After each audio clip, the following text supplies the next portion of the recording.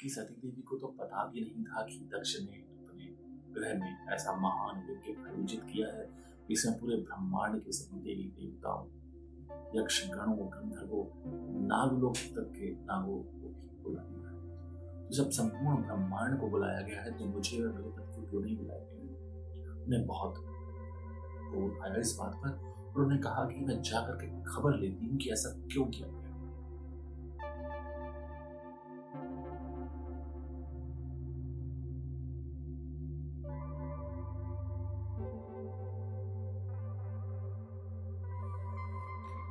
हर हर महादेव शंकर। कैसे मित्रों आप लोग? जैसा कि आपको पता है, हम नित्य प्रति शिव पुराण का पाठ किया करते हैं। फिलहाल जो सतीखंड चल रहा है उसमें 28वां जो अध्याय आ रहा है बहुत इम्पोर्टेंट है। इसमें हम जानने वाले हैं कि माता सती को कैसे पता चलेगा ये दक्ष के यहाँ पर यज्ञ हो रहा है। तो शुरू करते हैं। दक्ष यज्ञ का समाचार पा सती का शिव से वहां जाने के लिए अनुरोध। दक्ष के शिवद्रोह को जानकर भगवान शिव की आज्ञा से देवी सती का पिता की यज्ञ मंडप की ओर शिव गणों के साथ प्रस्थान। ब्रह्मा जी कहते हैं, नारद, जब देवर्षिगण बड़े उत्साह और हर्ष के साथ दक्ष के यज्ञ में जा रहे थे, उसी समय दक्ष कन्या देवी सती गंधमादन पर्वत पर चंदोवे से युक्त धारागृह में सखियों से घिरी हुई भांति भांति की उत्तम क्रीड़ाएं कर रही थी। प्रसन्नता पूर्वक क्रीड़ा में लगी हुई देवी सती ने उस समय रोहिणी के साथ दक्ष यज्ञ में जाते हुए चंद्रमा को देखा। देखकर वे अपनी हितकारिणी प्राण प्यारी श्रेष्ठ सखी विजया से बोली, मेरी सखियों में श्रेष्ठ प्राण प्रिय विजय, जल्दी जाकर पूछ तो आ, ये चंद्रदेव रोहिणी के साथ कहाँ जा रहे हैं। सती के इस प्रकार आज्ञा देने पर विजया तुरंत उनके पास गई और उसने यथोचित शिष्टाचार के साथ पूछा, चंद्रदेव आप कहाँ जा रहे हैं? विजया का यह प्रश्न सुनकर चंद्रदेव ने अपनी यात्रा का उद्देश्य आदरपूर्वक बताया। दक्ष के यहाँ होने वाले यज्ञोत्सव आदि का सारा वृतांत कहा। वह सब सुनकर विजया बड़ी उतावली के साथ देवी के पास आई और चंद्रमा ने जो कुछ कहा था वह सब उसने कह सुनाया। उसे सुनकर कालिका का सती देवी को बड़ा विस्मय हुआ। अपने यहाँ सूचना न मिलने पर क्या कारण है, बहुत सोचने विचारने पर भी उनकी समझ में नहीं आया। तब उन्होंने पार्षदों से घिरे अपने स्वामी भगवान शिव के पास आकर भगवान शंकर से पूछा। सती बोली, प्रभु, मैंने सुना है कि मेरे पिताजी के यहाँ कोई बहुत बड़ा यज्ञ हो रहा है, उसमें बहुत बड़ा उत्सव होगा, उसमें सब देवर्षि एकत्र हो रहे हैं। देव देवेश्वर पिताजी के उस महान यज्ञ में चलने की रुचि आपको क्यों नहीं हो रही? इस विषय में जो बात हो वह सब बताइए। महादेव सुहृदों का यह धर्म है कि वे सुहृदों के साथ मिले जुले। यह मिलन उनके महान प्रेम को बढ़ाने वाला होता है। अतः प्रभु मेरे स्वामी, आप मेरी प्रार्थना मानकर सर्वथा प्रयत्न करके मेरे साथ पिताजी की यज्ञशाला में आज ही चलिए।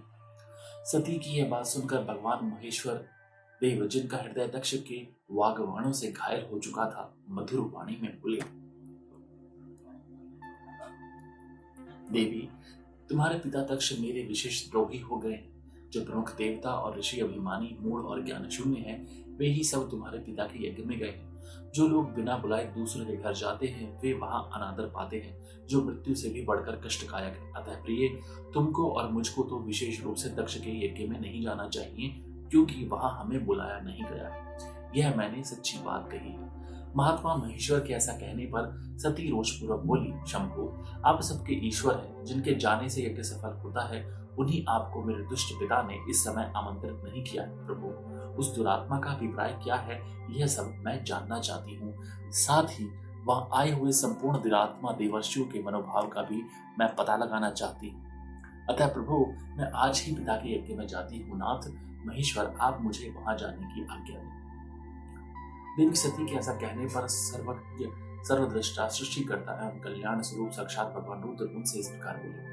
शिव ने कहा, उत्तम व्रत का पालन करने वाली देवी, यदि इस प्रकार तुम्हारी रुचि वहां अवश्य जाने के लिए हो गई है, तो मेरी आज्ञा से तुम शीघ्र अपने पिता के यज्ञ में जाओ। यह नंदी वृषभ सुसज्जित है, तुम एक महारानी के अनुरूप राजोपचार साध ले, साधक इस पर सवार हो, बहुसंख्यक प्रमथ गणों के साथ यात्रा करो। प्रिय, इस विभूषित वृषभ पर आरूढ़ हो। रुद्र के इस प्रकार आदेश देने पर सुंदर आभूषणों से अलंकृत सती देवी सब साधनों से युक्त हो पिता के घर की ओर चली। परमात्मा शिव ने उन्हें सुंदर वस्त्र, आभूषण तथा परम उज्ज्वल छत्र चामर आदि महाराजोचित उपचार दिए। भगवान शिव की आज्ञा से 60,000 रुद्रगण बड़ी प्रसन्नता और महान उत्साह के साथ कौतूहल पूर्वक सती के साथ थे। उस समय महायज्ञ के लिए यात्रा करते समय सब ओर महान उत्सव होने लगा। महादेव जी के गणों ने शिवप्रिया सती के लिए बड़ा भारी उत्सव रचाया।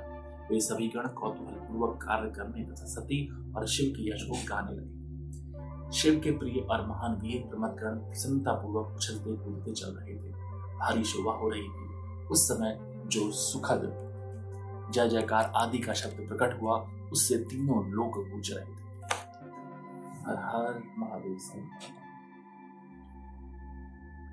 मित्रों, आज के इस एपिसोड में जो बात हम समझ पाए कि सती देवी को तो पता भी नहीं था कि दक्ष ने ग्रह में ऐसा महान यज्ञ आयोजित किया है, इसमें पूरे ब्रह्मांड के सभी देवी देवताओं, यक्ष गणों, गंधर्वों, नागलोक तक के नागों को जब संपूर्ण ब्रह्मांड को बुलाया गया है, तो मुझे और मेरे पति को क्यों नहीं बुलाया गया?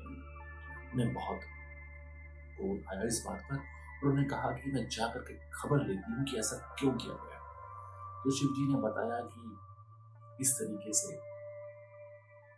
जो अपमान करते हैं मेरा, वहां मेरा जाना उचित ही नहीं। फिर भी उन्होंने कहा कि यदि तुम चाहती हो तो बिल्कुल एक महारानी की तरह आप यहाँ से जाएं, ताकि आपको लोग देखे कुछ सम्मान दे। अब ये जो बात है सती देवी को पता चली चंद्रदेव के द्वारा कि चंद्रदेव तक को बुलाया गया, जिनको शिव जी अपने मस्तक पर धारण करने पर शिव को नहीं बुलाया। कितनी भाग्य की बड़ी विडंबना है कि जिनके घर मां जगदम्बा ने जन्म लिया और जिनको साक्षात जगदम्बा ने बताया कि मैं तुम्हारे पुत्री रूप में जन्म लूंगी, वही दक्ष आज माता का अपमान कर रहा है। अगले अध्याय में हम आगे की कथा को जानेंगे। आज के लिए विदा देता हूँ।